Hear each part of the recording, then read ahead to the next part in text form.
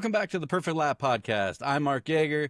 This is Mark Kilgore. He goes by Kilgore. I go by Jager.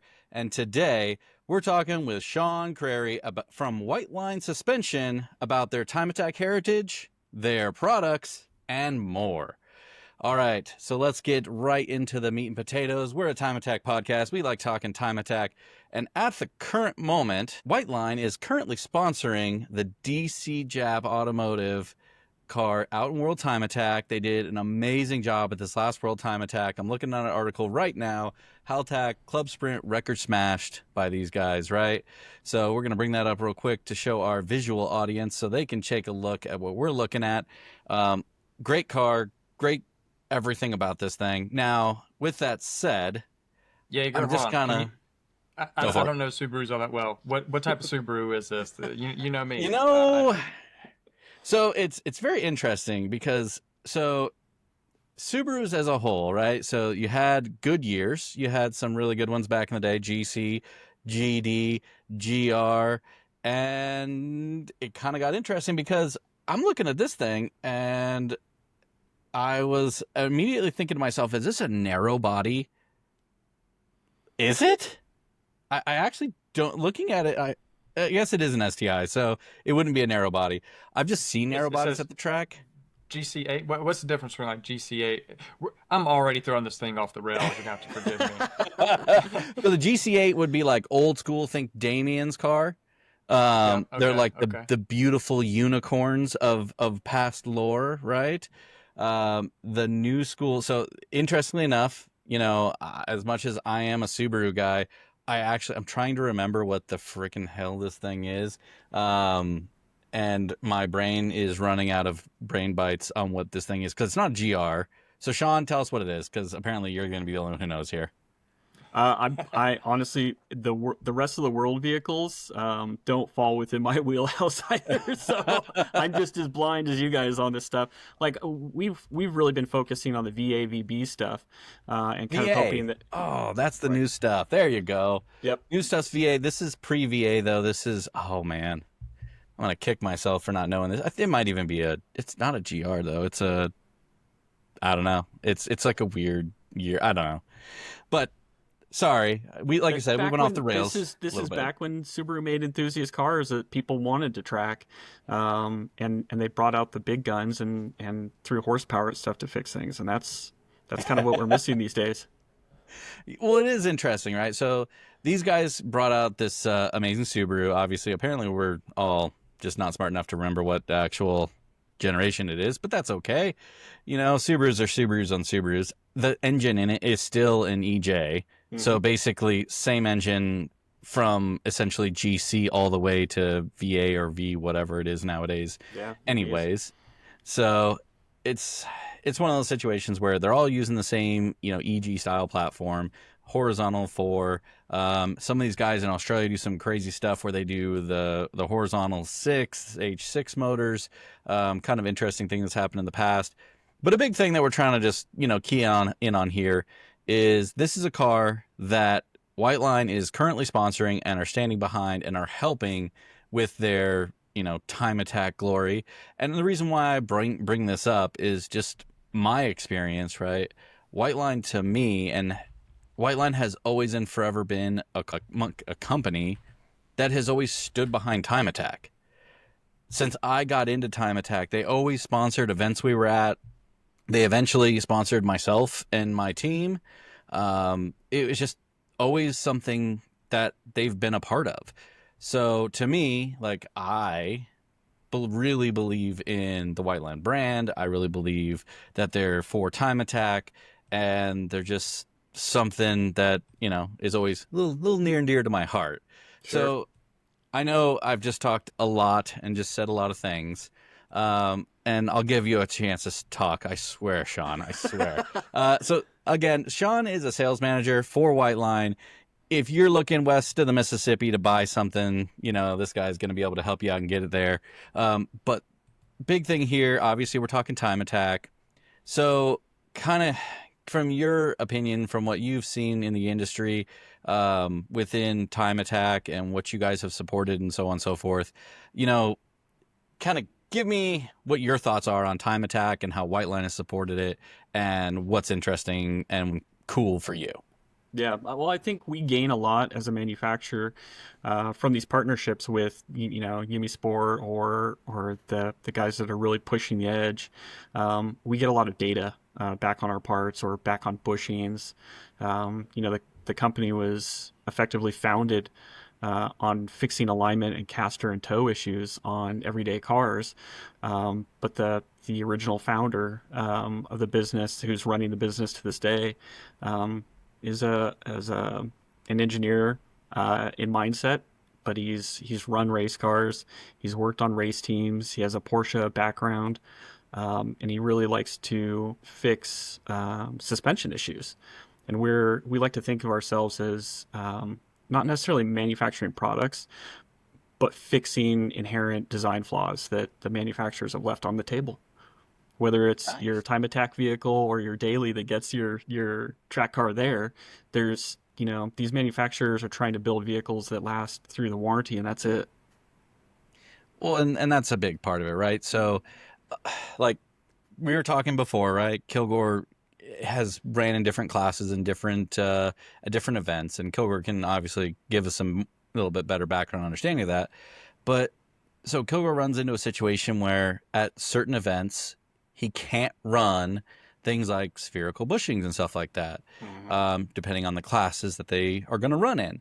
So an option like the Whiteline suspension parts would be absolutely viable and help to ensure that, hey, I got the best parts possible for the class I'm trying to run in, because it can't go to a spherical, which depending, and we'll touch a little bit more on this later, but as we get into it, maybe you don't want a spherical bearing or a bushing or whatever you want to call it on your car all the time as you drive, the kids and the wife back and forth to whatever you're trying to do and go. Yeah. But really what it comes down to is, for me, again, the support that Whiteline has always given the market, the time attack crowd has always been, again, near and dear to my heart, where people, I continually to press people to go and use Whiteline parts because of that.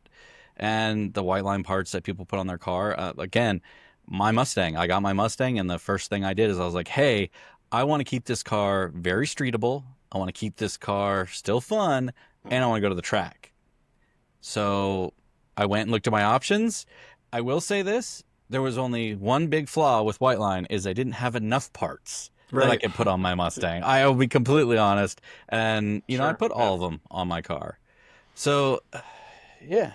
That is a dichotomy that we run into when we look at new chassis, whether it's the new WRX VB chassis or a new Integra Type R type thing. We don't want to build products just for the sake of building products.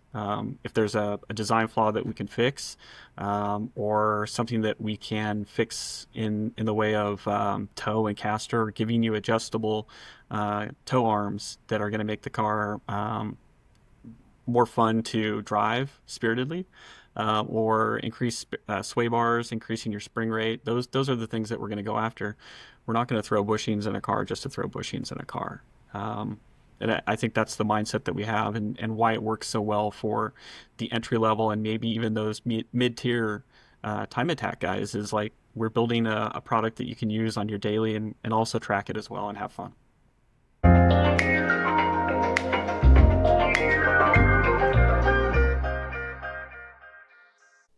Here at the Perfect Lab Podcast, we're happy to introduce Whoosh Bespoke Wheels as a sponsor of the show.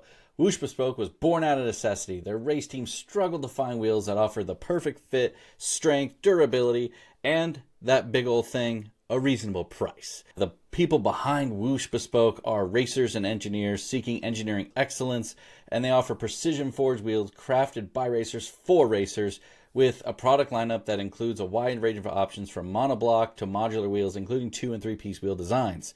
All engineered from the finest materials, although they do primarily use 6061 T6 forged aluminum, but they do offer things as high of quality as a magnesium alloy. So this really can work for any setup you're trying to go for. Customization is at the heart of what they do at Whoosh Bespoke. You can tailor your wheels with custom sizes, offsets, finishes, and even options like custom lettering, adding two-tones. Their colors include both standard and premium finishes, as well as special finishes like brushed, hand-polished, and even paint to sample. Every set of wheels produced exceeds the JWL standards and meets the rigorous WCEC quality standards, and they are tested by real people with real cars racing all around the world. And guess what? Me and Kilgore, we're also going to be part of that team, so we're going to be putting these things to the test. We're putting them on our cars. Kilgore's going to be repping out and going through all the time attack season. I'm going to be beating them up at HPDE days and just having a good time with them. So I want you to go take a look at them and make sure you give them a follow on all their socials. It's whooshautomotive.com, Whoosh Automotive on all the socials. Go check them out.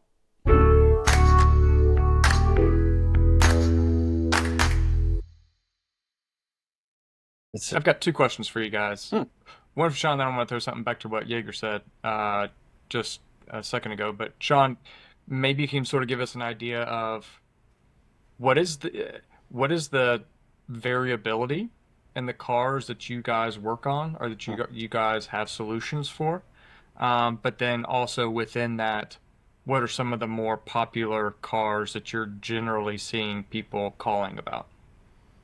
I think it's really changed pre-COVID and post-COVID. I feel like there was the SI owners that were enthusiastic about, lowering springs, sway bars, and then maybe changing caster camber and getting out into the track and doing some solo work, or some small track solo course type stuff, button willow, what have you.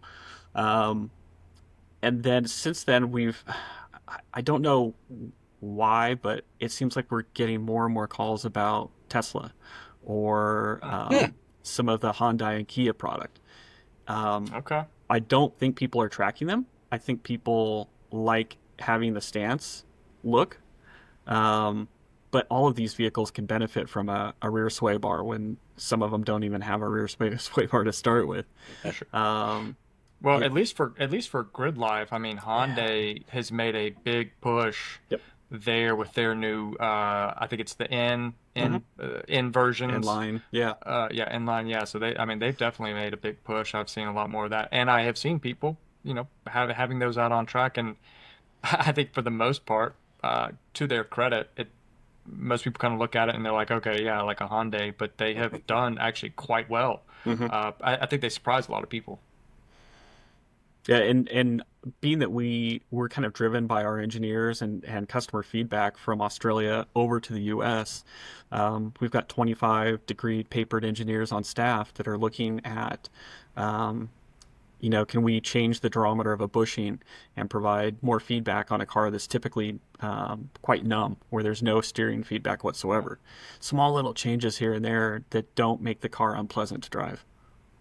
Well, that's a good segue. Way to go, Sean, to get me into the question I was going to ask Jager, which was, Jager, could you kind of give us your impressions, give us your thoughts, like why did you want to go to that, and could you tell a difference and going to those more performance-oriented bushings and products?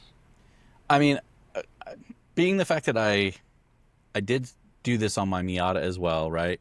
Where you take a 1990 Mazda Miata and you put brand new bushings in it, I'm going to tell you, that car comes alive. But going to a newer car, 2015, which does have pretty good bushings from Ford, realistically, and that's where, like Sean said, right, they don't make bushings just to make bushings. And this is where I'm going to, give him a lot of hell, is I need you to make some bushings because now my car, after going to the track for a few years, is starting to rip and tear those bushings that are good bushings, but I want to replace them with something. So, cough, make some more. If you're going to replace them, you might as well upgrade them, right? Exactly. So it is one of those things where by putting the bushings in, it was very interesting because it wasn't like a huge, like, I'm not going to say putting the bushings in my Mustang in 2015 was like, oh my God, like the Miata, that was an oh my God moment. Literally an oh my God moment. Whereas in the Mustang, that wasn't the oh my god moment. That was like, oh, okay, it just seems like it tightened it up a smidge. But what made the big difference was putting the sway bars on the car, or anti-sway bars, Sure. depending on who you're talking to and when you're talking Right.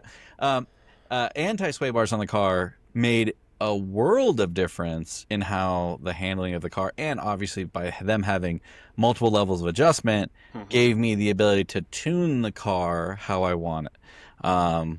And just to step it that little bit further, like I put coilovers on the car, and I'm going to tell you right now, I dropped a set of coilovers in the car, and I didn't see a second gained. Wow. I had lowering springs on the car, and I went to coilovers, and on my local tracks, I saw less than a half a second in better lap times. But then you caveat that with, then you go through the tuning aspect and getting the car tuned correctly, getting the camber dialed in. Then you start seeing those gains in a long-term aspect once you get the car dialed in correctly. Yeah. So Corner just balancing, like etc. everybody knows. I mean, don't go that far, Sean. This is not that professional of a podcast, okay? I might have measured a few times, but no corner balance has ever been done on that Mustang. Fair enough. Well, that kind of brings me back to a point, which is even with my M4, I mean, now the subframes are, like rigidly bolted to the chassis. They don't even use bushings anymore in those cars. Um, even, I mean, a lot of the track-oriented cars are now going to that, from the manufacturers. Even to that point, they're kind of going ahead and going to that step.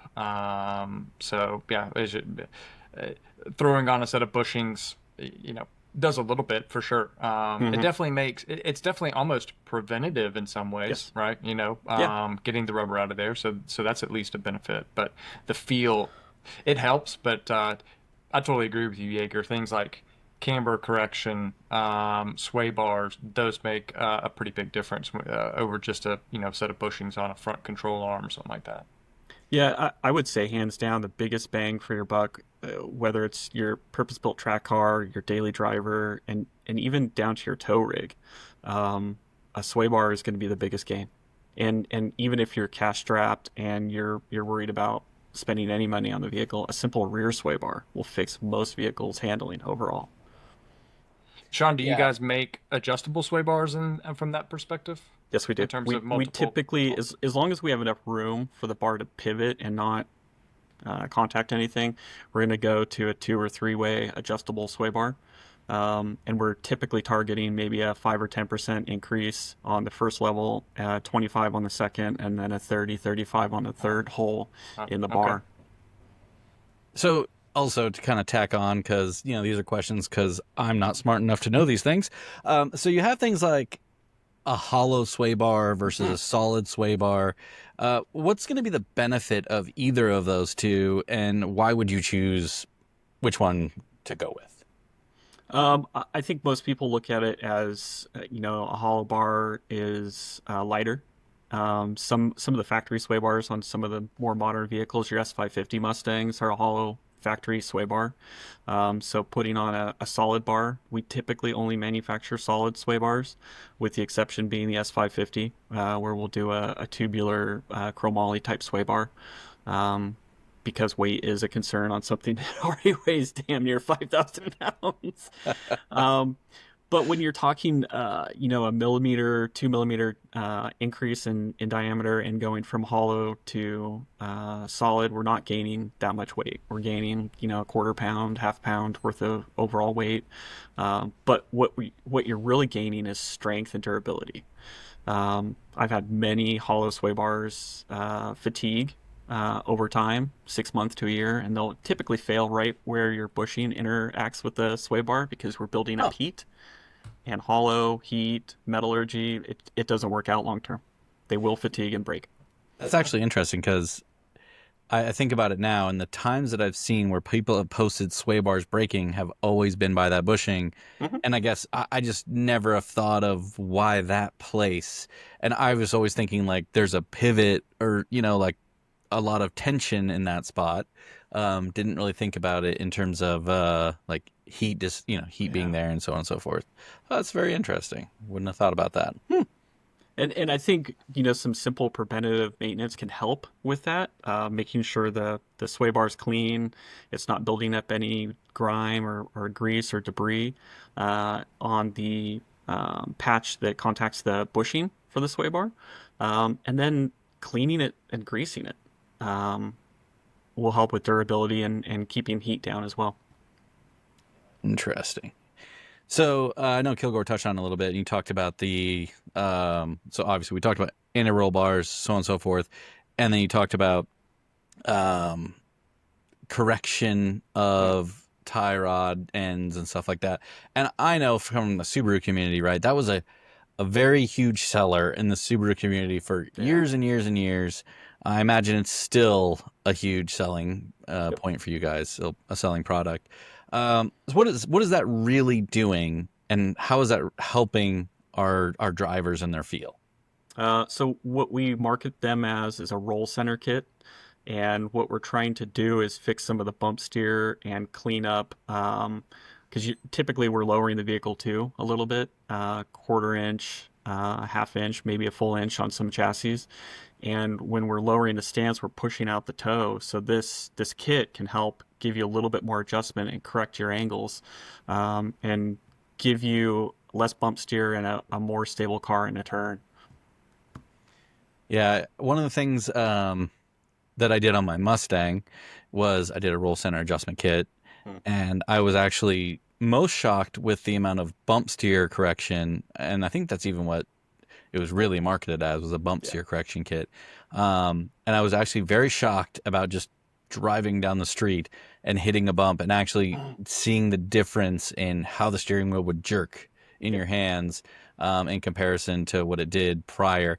And don't get it twisted, I definitely originally lowered my Mustang too dang low. And I realized on S550 Mustangs that when you go around Button Willow with a really low Mustang, apparently you just drag subframe. Oh, yeah. So the subframe likes to just like grind off in places. So super interesting there. Definitely had to find that sweet spot by raising it up. Crazy part, I'm looking at my car and I'm going, this isn't even that low. So I don't know how some of these guys can live with it. So I'll kind of shift gears a little bit over. So Kilgore here, he's a dirty he's a dirty BMW guy. He loves him a BMW. So what kind of offerings you got for the BMW platforms? And I'm sorry, I can't even name them. So Kilgore's gonna have to tell you the name. We don't play a whole bunch in the BMW market because we find that the chassis are pretty well sorted. That's crap. These BMWs suck. There are some gains to be had once they, like the G80 chassis and some of the F8X chassis stuff. Long term, we're already seeing bushings on tow arms and travel control arms and trailing arms starting to fail prematurely at like the 30,000 mark. So I think there's a case to be made there where an increase, a small like 20-30% increase in bushing durometer will help out not only with longevity, but we're going to have less NVH. And now we're going to go from a bound up rubber type bushing to something that becomes a free pivoting bearing and allow the suspension to actually do its job. Let your coilovers do the heavy lifting.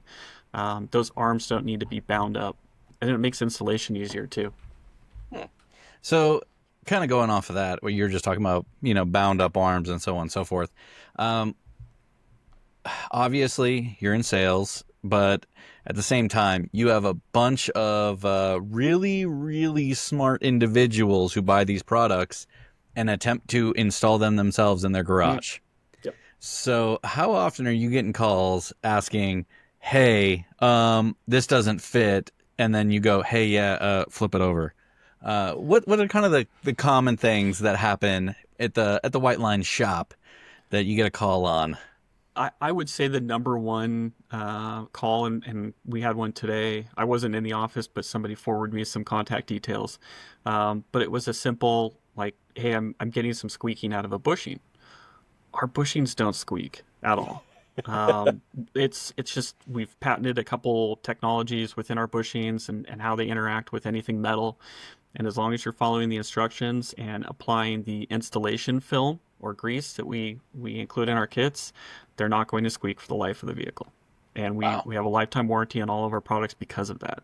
Um, we do some interesting knurling or like a woven type pattern on the ID, the inside diameter of our bushings. So when they're contacting a metal surface, they're not grabbing it. They're gliding across it because we've got such a lowered surface area on our bushings.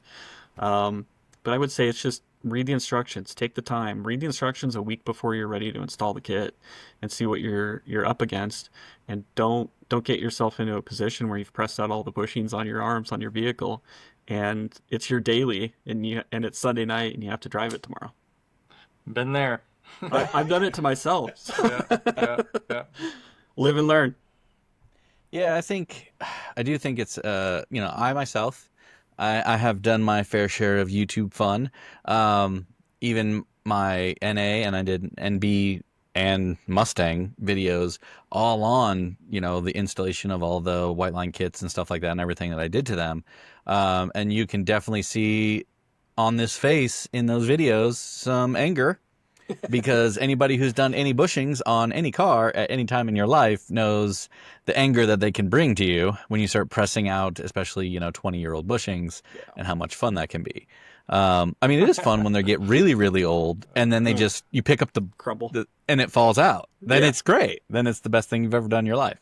But yeah, as you said, right? Like I think that's something that some of our viewers that they don't really understand yet is, people think of that bushing as something that they want to have a firm grip on the bolt that's going through it, or on the arm itself, or something like that. And that's something that people have to understand, that is not the case. You're using that to, hold it in place per se, but you want that arm, and kind of like a test that I've seen people do is put it all together and not have a shock in place, and essentially pick it Cycle up and cycle it.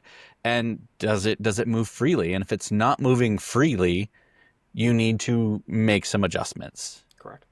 Yeah. So, and that kind of goes back to your point of, not binding things up, and making sure that things are, not in weird places that's also how you can find bent suspension arms. Key thing there. I've done that. I've done that as well. So, all those fun things. So, kind of to push forward, I'll ask this. So I know Kilgore asked you a couple of interesting questions in terms of like specific cars and stuff like that. What's your guys' top seller? Like, what are the 3 cars that you guys are you're selling something for those cars every day, day in, day out? A lot of vehicles, all vehicles, will have kind of like a sales bell as far as what's popular when they first come out. They're going to hit a peak, and then something new is going to come out, and it's going to start to come down. I think the last generation Civic SIs and Type Rs are starting to come down the backside of the bell. The newer Integras are starting to ramp up. And now we're seeing a big push on the WRX VB chassis, so the newest 2021 on WRX The one with the ugly chassis. fender things? Yep. Yeah, got it. That one, so the Subaru engineers, while they maintained a lot of the stuff that worked really, really well from the V8 chassis, we weren't able, with this new chassis, the VB chassis, we weren't able to apply a typical roll center kit where it's, ball joints and tie rods.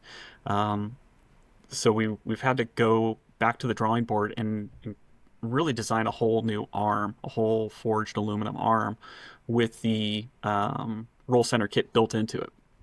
So there's, we're challenged on a daily basis to try to keep up with the original manufacturer engineers. They've applied some new thoughts and some new processes to building cars, but we're still able to correct some of the issues that they're going to have long term. Oh, that's so Sean, what's in terms of, and I know you're in sales, right? But from the engineering perspective, in terms of actually like producing these parts engineering the parts. Mm. What's sort of y'all's process there? And I guess to that, do you guys actually purchase shop cars, right? Where you kind of put and do you put parts on, you do some long-term tests. Do you also have local, guys or girls who are taking their car to the track where you kind of bring their car in? Maybe they have a slightly different version where you say, Mm. hey, we can use your car as sort of a test bed. Do you guys do those sort of things? Yes, yeah, we rely heavily on I would say the enthusiast network, people that have brand new cars before we could even purchase them. In a lot of cases, we will buy the vehicle as well. Like the whole fleet in the U.S. right now, it's not exactly a track car, but we have 2023 Toyota Tacomas that we've used to develop new products on, and to test fit products. And we're always looking for, based on our heritage of the last 50 years, what's worked well within our space, and where do we see the future for the enthusiast cars. We didn't purchase a WRX in the last 5 years. I know we had a VA chassis car at one time. We've had a couple Volkswagens. Um, I think the Kia and the Hyundai products are probably next on our list. Um, Although I don't think people are using these vehicles traditionally as motorsport cars. I think with the lack of enthusiast cars that the traditional Subarus and Hondas and Integras type thing are coming up with right now, we really have to look elsewhere. We have to broaden our scope of what's fun or what's going to be cool in the future. Yeah, and I think that's kind of an interesting aspect, right? So intrinsically, we used to see cars coming out that were super awesome. Like in the time attack space right now, really what we're seeing is what? We're seeing Supras, Civic Type Rs. We are seeing Corvettes. We're seeing, a few Camaros, a few Mm-hmm. Mustangs, lots of BMWs of, various origins. Um, but there's not, like you're saying, there's not just a ton of cars that are coming out from these manufacturers that people are just getting so jazzed. I mean, the GR Corolla came out Yep. with kind of a lackluster hit there. What happened with the Nissan Z, the Yeah, Z400 or whatever? I Yeah. thought that was going to be a car that was going to come out and just kill it, and it does. It's still a beautiful car to me. I do Yeah. love how that car looks, but how many do you see a day? How many do you see in a month? They're not out there, and maybe that's part of the problem though is how many enthusiasts are out there buying these cars, Mm-hmm. pushing these manufacturers to do them. I do think I mean, just coming from what we see on a daily, at the track and stuff like that, Supras feel like they're selling like hotcakes Yeah. because of how many they're out there. So I'll ask you this kind of, for our time attack market share out here. What do you guys really have for like great offerings for the Supras and the Civic Type Rs?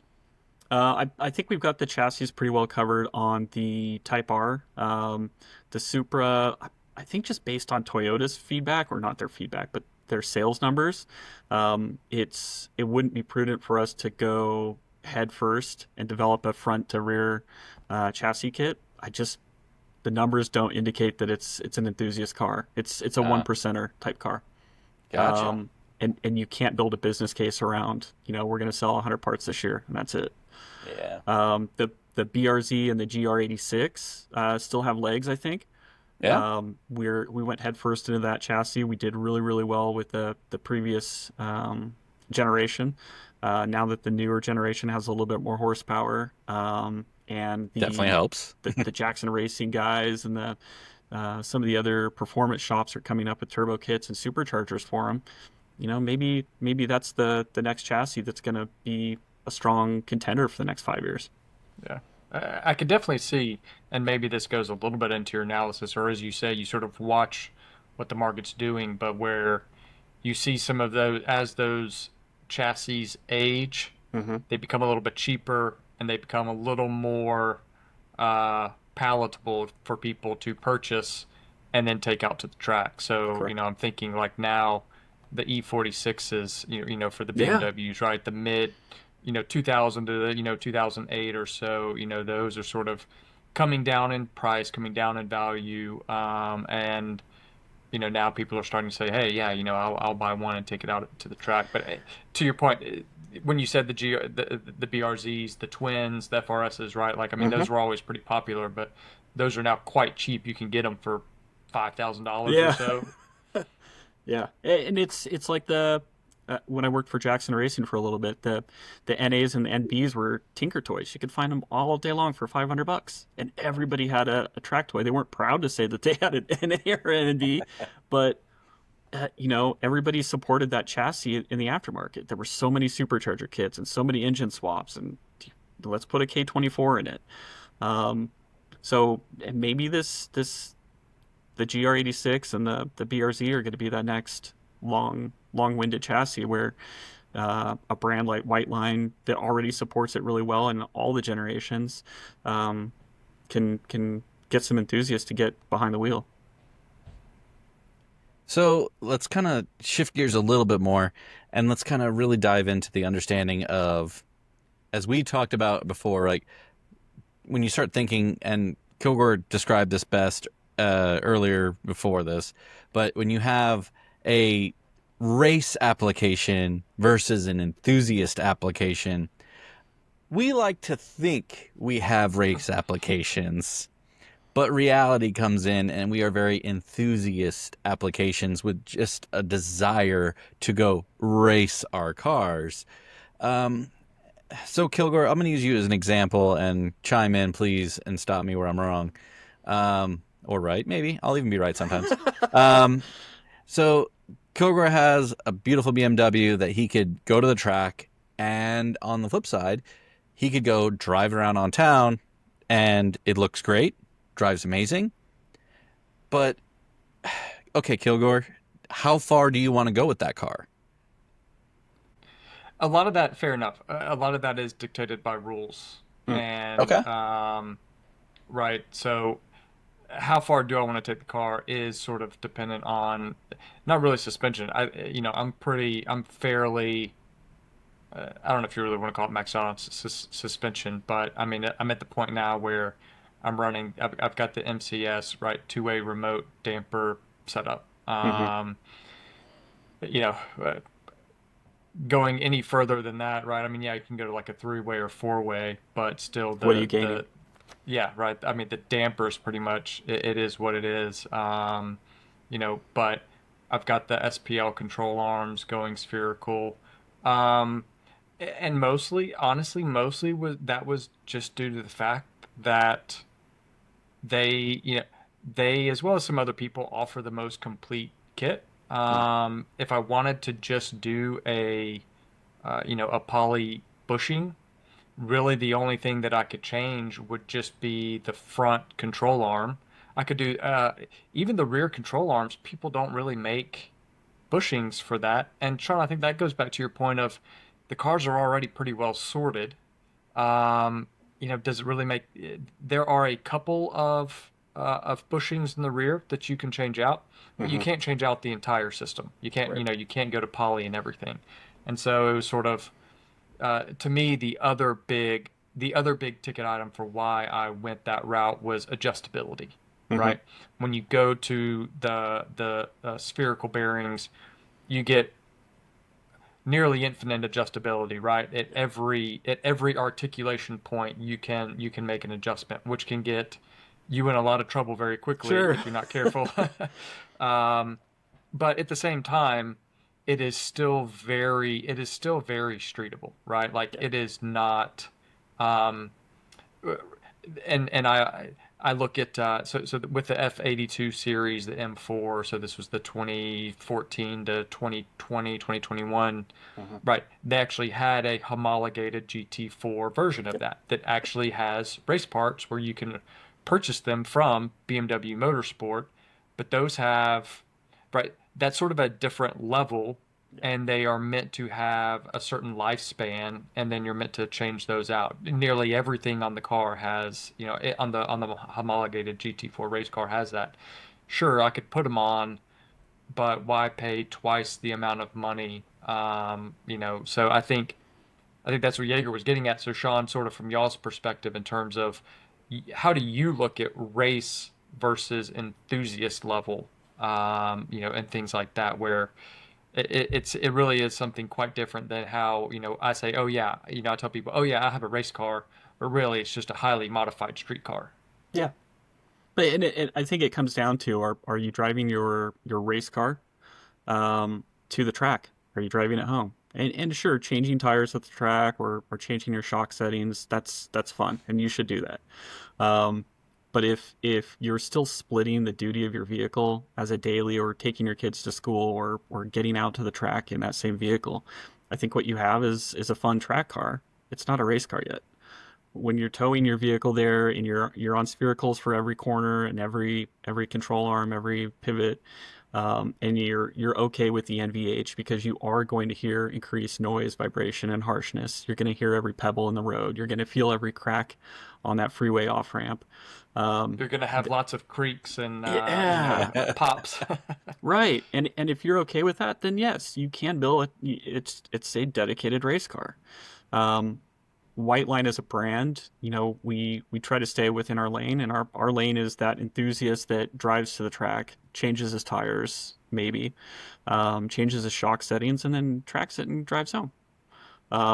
Because I think that's the niche, not only that we've had our pedigree in it over the last 50 years, but it's also where most of the enthusiasts that have a track car kind of fit into as well. There's the 1% that, okay, I'm gonna trailer it out to the track. I'm gonna put my MS 109 in it or E85. It's not street drivable. I'm not running cats anymore. But we're not going after that 1%. I think there's a lot more on the table for us to fix, engineering wise and chassis wise for that 90% of the market. Well, and I can definitely say this, right? Obviously, being in Southern California, for what I see at the track, 90% of people are showing up to the track with their car. Mhm. Like you said, they might show up with an extra set of tires, they might not, but they're showing up to the track. They're unloading their trunk, throwing it all on the ground, and then they're just going out and having fun. And like you said, right, that's where the most amount of people are in that space. And then there's the 1%, the 2%, 10%, however we want to percentage it. But I know, again, we're talking about time attack, and I think this is a big part of what time attack is. This is why Whiteline was successful in time attack. This is why Whiteline still is a major part of time attack, is because, yes, in the upper echelons, the world time attack, the super lap battles, even of like crazy big builds of time attack, yes, those are not those cars. But how you build up, how you get into time attack, how do you get there? You go to the track, you go to your track day, you enjoy it, you start modifying your cars. I'm going to tell you right now, on my 800 horsepower Subaru that set records all over the place, I still had Whiteline sway bars. Mm-hmm. And yes, did I actually still had the correction kit on the front end too. So again, these parts some parts obviously can move forward in that brand space, in that build up space. Did I still have a bunch of polyurethane bushings on the car? No, sphericals they went. Sphericals. And it's like, and again, that's not what Whiteline's offering. But at the same token, you can still take the sway bars. You can still take other parts that they offer and build up and grow throughout the sport. And again, for me, for what I need on my Mustang to be able to drive it to work on Monday, drive it Monday through Friday, and then go drive it on the track on Saturday and Sunday, what I want is I want a little bit of comfort with a quality product that I can depend on, that I can go to the track with and still go, oh, that was a pretty good lap time. I'm content with that. And again, like I always tell people with my Mustang, I'm not putting the top dollar tire on my car. I'm not trying to go for a lap record. I'm not trying to be the fastest one on a track. But I'll tell you right now, I'm driving off the track with the same smile that those guys are driving off the track with.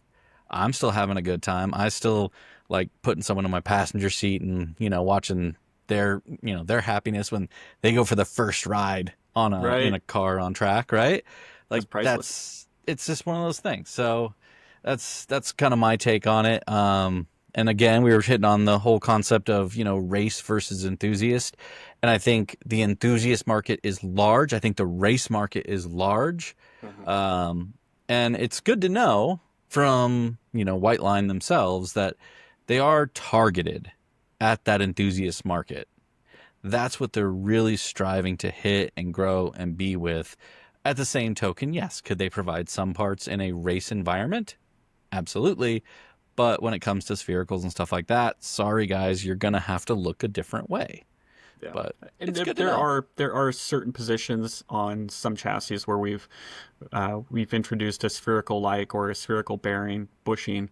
I think we do one particular position on a Tesla Model 3 where you cannot substitute polyurethane. It just does not hold up to the torque and the power.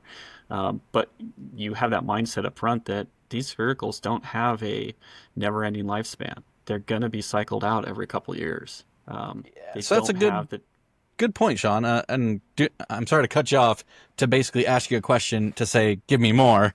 Sure. But yeah, give me more on that. So that's something that I think people really don't understand when they're going and buying these parts is they go, oh, I'm going to go buy a spherical because it's better, it's faster, it's greater. But they don't think about what that means. Yeah, and I think, we're taking rubber bushings off of a vehicle, whether it's in your shock or your control arm or even your sway bar in most cases these days, and replacing them with polyurethane. We're gaining durability.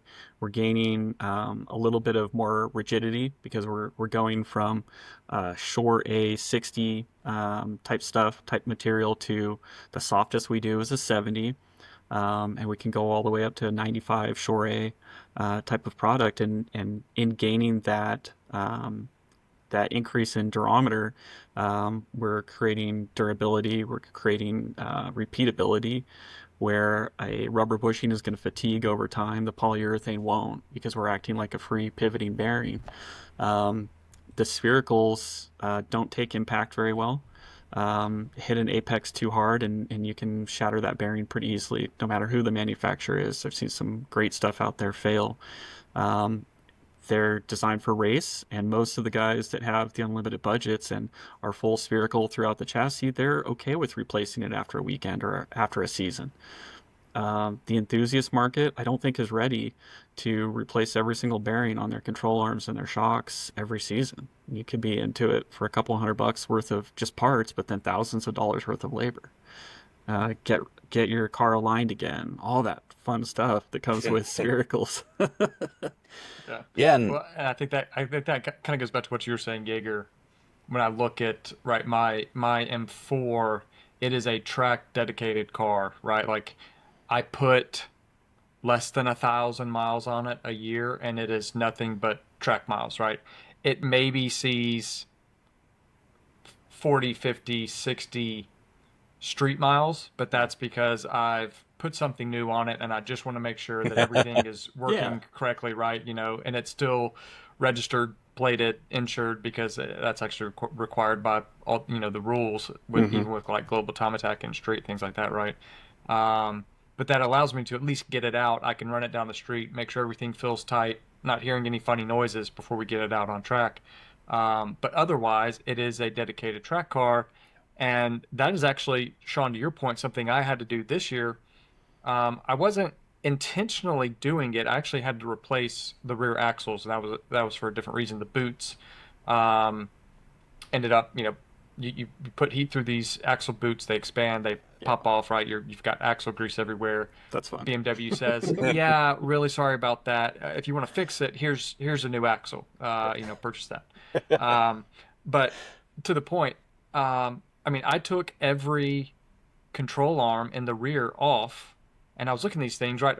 Some of them had grease on them, so I was going to clean them anyway. But I was like, I needed to take these off and clean these, and then retorque them, make sure everything was back together. And I was like, man, that's probably really something that I need to do every year, right? You need to take these things apart, check everything. Are the bearings okay? Look for cracks. And if you see anything, you've got to replace it.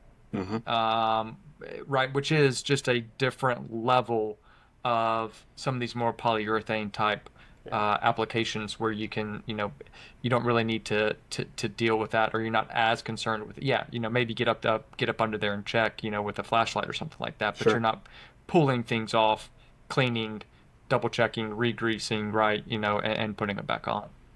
Yeah, that added cost of not only your time and money to do so, for a purpose-built track car, I think you can set aside that time. But I think if this is your daily driver and they're using it on the weekends, and where am I going to find the time to spend a whole weekend blowing things apart and replacing bearings? It's so I much wish I, easier. I wish I could do it in one weekend. Right, right. It's Um, so much easier to know that you've got a quality, polyurethane bushing in there that you're not going to have to maintain, that has a good warranty behind it, um, that's fitting the bill and is streetable too. One quick question. You mentioned the durometer of the bushings and how you guys have variable durometers. Mm-hmm. Is that actually something that, like, hey, I'm placing an order on Whiteline's website, and can I go, hey, I want the stiffest durometer in this bushing just because I want to make it as Right. racy as I possibly Yeah, can? race Or car, but not. yeah, yeah, There, yeah. there are some products like our shift bushings where we'll offer a multiple durometer. There have been some motorsport series bushings that we've done for other chassis, some of the previous generation SIs. But for the most part, all of our products when we're engineering them, we look at it. It's literally the seat of your pants feel. Like if I put an 85 Shore A in this, am I going to have so much feedback that it feels like I'm on sphericals? And if so, that's not going to be good for the general public. And some chassis lend themselves to having more durometer or stiffer bushing in it, and some chassis it just feels like it's uneven.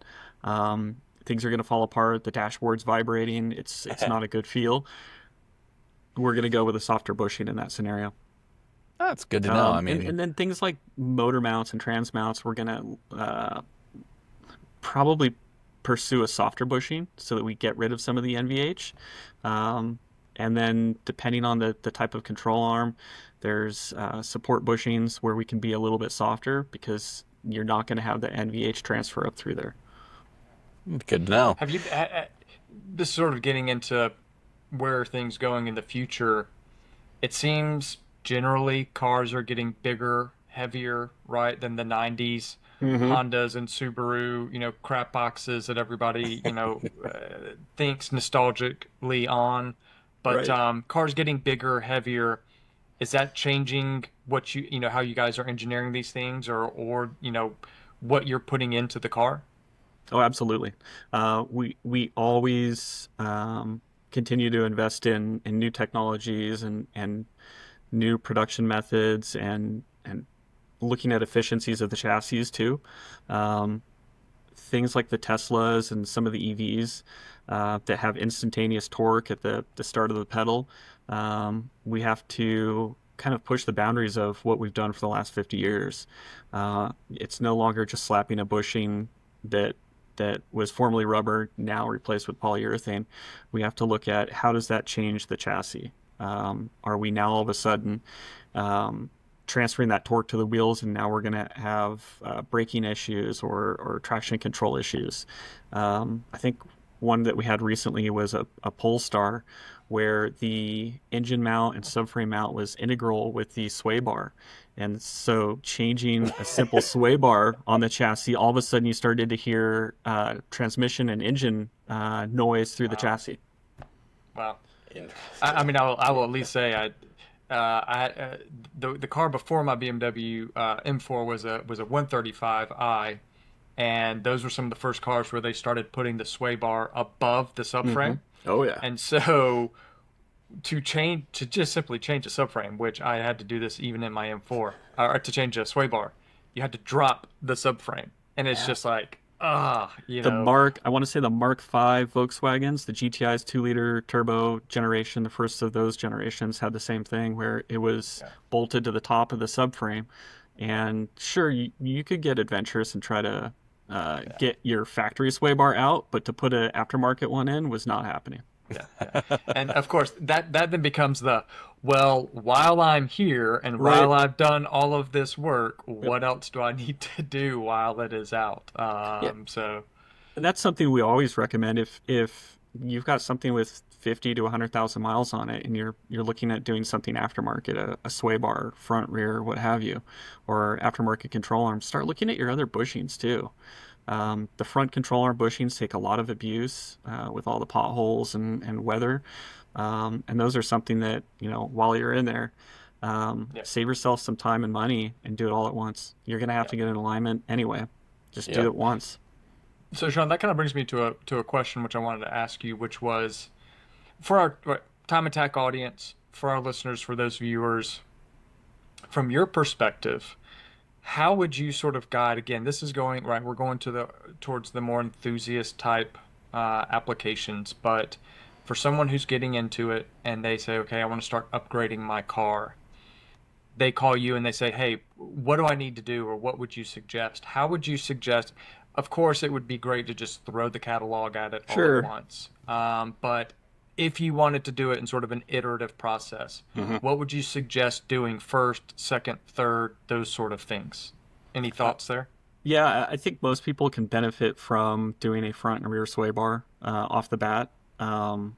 Cost wise, we're not changing alignments when we do a sway bar, so that's a big gain. A sway bar, a rear can be installed on most chassis in a matter of 20 minutes, 30 minutes. And that's an initial, like right off the bat, seat of your pants, big change in how the And, chassis.